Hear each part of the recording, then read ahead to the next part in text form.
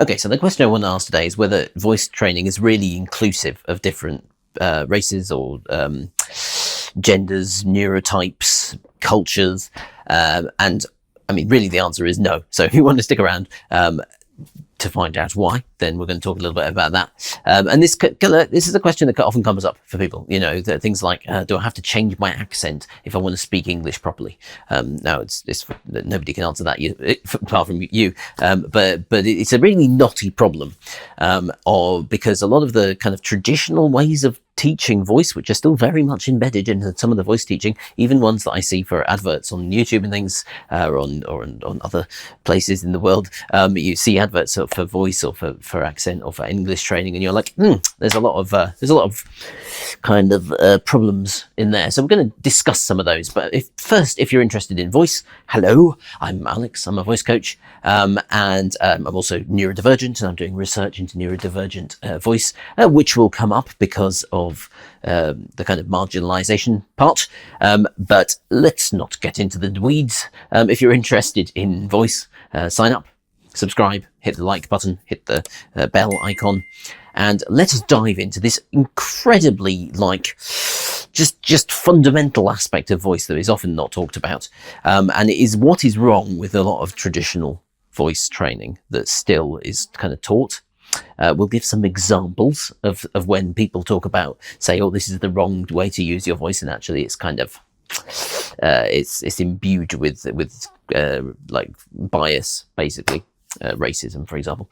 And then we'll look at an alternative way to do voice that is really what you should be looking at, I think, if you're looking for a voice coach. Personally, in my opinion. But let's go first. What am I talking about? What on earth are you talking about, Alex? This is a bit rambly, as many of my videos are, because I'm a slightly rambly human. But a lot of the traditional voice training comes from this, the kind of background of UK, British acting training. Now, this is the background where my voice training came from. My mum's a voice coach. I saw all of this voice training all the way throughout my growing up, and it deems this idea that there is a neutral voice, there is a universal voice.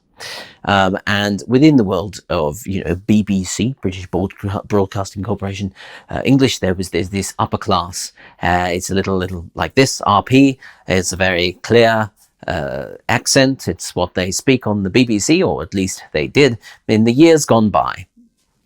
And you'll still hear this everywhere. And it's and there's this idea that there's this neutral accent, for example. But what's the problem with that? Well, the problem is that RP received pronunciation. It was a creation in the first place in a classist society. So it's actually it's not a real accent. It's been designed, and it's been designed to project this kind of upper class kind of image that people like. Now, the other day I was watching an advert on Facebook, and it was from someone who teaches English, and they were saying how to get rid of your accent. And they would, they used to say they had a traditional accent. They were from Eastern Europe, maybe, and they learned to speak like this. And they were going to teach you how to speak like this. And it's absolutely fine if you want to learn that. But there is sort of this idea that or general American is something that you have to do. Like, you're required to do it if you're using your voice well. And this is kind of this type of problem. It shows up all over the workplace in voice training. There's this. We often talk about healthy voice. I do this. You say this voice is healthy. This voice is not healthy. But the ideas of health are often kind of not correct, or as in they're hiding some of our biases, because we as listeners, when we hear someone's voice, it's filtered through our biases about gender, about race, about neurotype, about a whole load of things. So if I hear someone telling you in Scottish accent like that, so if you can't understand it, as from Glasgow, it's in Scotland. I'm from Scotland. That's a particular way that people talk, and some voice teachers might hear that And they might go, okay, well, that's not a good voice use because it's too nasal. Yeah, so I'm there. You want to bring your resonance down here, and they might say that that's unhealthy to do it up here. Yeah, it's not. They might say that it's unpleasing or it's not a pleasant sound. Well, that's their opinion, but actually these sort of things are all the way through a lot of voice training, and even within the kind of basic exercises that you do with people, sometimes there's this idea of like a correct way to use your voice. You see this in Shakespeare. For years people thought that you should use the received pronunciation in Shakespeare, even though Shakespeare spoke in a very like local type accent, which now people do shows in, so these type of biases come up with it within a lot of voice training. Now, it's not to say, excuse me for coughing there, but I don't edit them out. So this is one of those things that's like, it's all the way through voice training, and it is it's sometimes hard to notice. So you might be given an exercise and they might say, do this with your voice, and it might feel unusual to you. And just because it feels unusual doesn't mean it's bad. But if with the teacher you're not getting this discussion of like what is my natural voice, and they're kind of directing you towards a kind of this ideal. This is when difficulties can arise.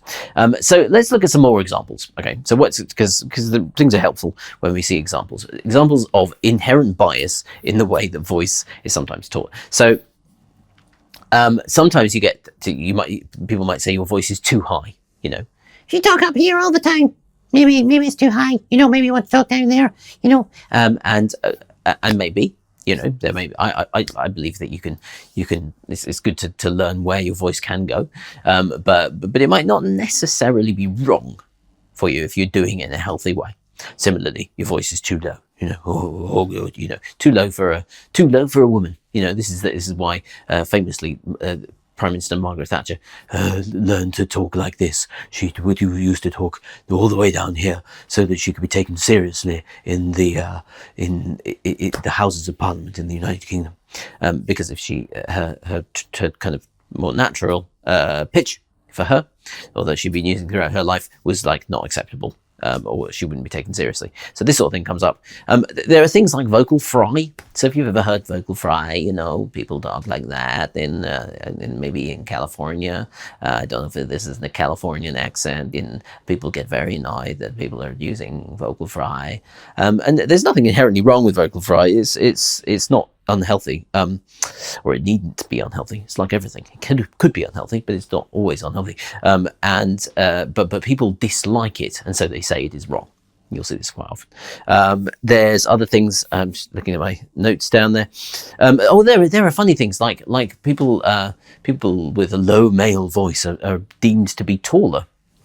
And we know for sure there's no correlation between those two things, but but people hear a voice, a deep voice from a man, and they might over a male voice, and hear it as tall. So if you were short and you have a deep voice, there's this disconnect, and people are like, "Oh, that's a bit strange." And simply, if you're tall and you have a high voice, people think it's odd. This is nothing to do with your voice or your choice. This is people's feelings around those voices. And another one that comes out, came up in a research paper I was reading. This is sort of adolescent females sometimes have a wobble in the voice. Sometimes for like biological change reasons, sometimes because of sexism, and it's deemed that person is seen as like insecure. Often, they might be seen as insecure, and in fact they're not. This is not that they're insecure; it's that their voice is doing this, and therefore we're making these decisions about people. So people might try and kind of move. Some teachers might be trying to move you towards this kind of ideal to get rid of these cultural biases that they have about what people like you should sound like, that are not inherently anything to do with voice work. They are more to do with social identity, which is a problem if we're not talking about it. It's fine if we're talking about it and we make decisions about how we want to change our voice or use our voice better, or, you know, become bigger versions of ourselves when we're using our voice. But as long as this is like these type of discussions are on the table, because many of us are from groups that are marginalized. For me, it's neurodivergent, but I mean, it doesn't matter really. It's like whether you've got class, whether you've got sort of gender questions, whether you've got racial questions that are coming into how people are perceiving your voice. Like, I'd probably say that the majority of people in the world are influenced in some way by these type of biases coming in how we use our voice. So I think we should talk about them. So let's go to number 3. That is the answer, I think, there is an alternative way of doing teaching with voice, which is to make it a bit of an act of co-creation between the teacher and between the student or the client. And you know, I think all good voice teachers these days will make it that part of the process. It's like, okay, what do you want to do with your voice? You know, what are you trying to achieve? What problems are you having? How can we solve this in a way that's going to kind of feel aligned with your identity, who you are as a human being, you know? And not all teachers necessarily bring these kind of questions to the table of, like, you know, what biases do I as a teacher have with you coming into, as a client coming into the studio? Like, what do I perceive about people who look like you, as to how your voice should sound? You know, that's a hard question. It's an uncomfortable question to ask as a teacher, because you're like, oh, I should know everything. But the fact, and you know, this has changed the way that I do voice over the last, I've been doing it for almost a decade, and this sort of change of thought it has totally changed how I think about voice. And it's uncomfortable to say, oh, I have this bias actually about voices, and can we have this discussion about what do you want your voice to be like, and what's your relationship to your voice and your identity? But I think it can generate these really fruitful conversations, and it allows me as a teacher, for example, to give the student the just the ownership of their own voice, which is ultimately what we want to do, isn't it?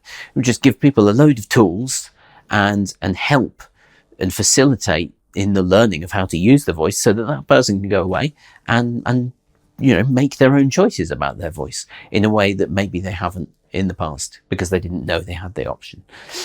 So that is a kind of a look into what we've covered a lot of topics here, but they're sort of broadly around the idea of what we call decolonizing the voice. So so if you're interested in some of the research, I'll put some in the descriptions, in the description. But yeah, it's an interesting topic, and I hope that you found that at least mildly entertaining or intriguing. If you have any questions or anything, chuck in a comment, subscribe, hit the like button, hit the bell icon, follow me on social media, sign up for Voice Lab, the waitlist, which is in the description, and indeed, just do something wonderful for yourself today. Eat or drink something that you enjoy. Why not? There's absolutely nothing to do with anything, but sure. Have a nice meal. See you later.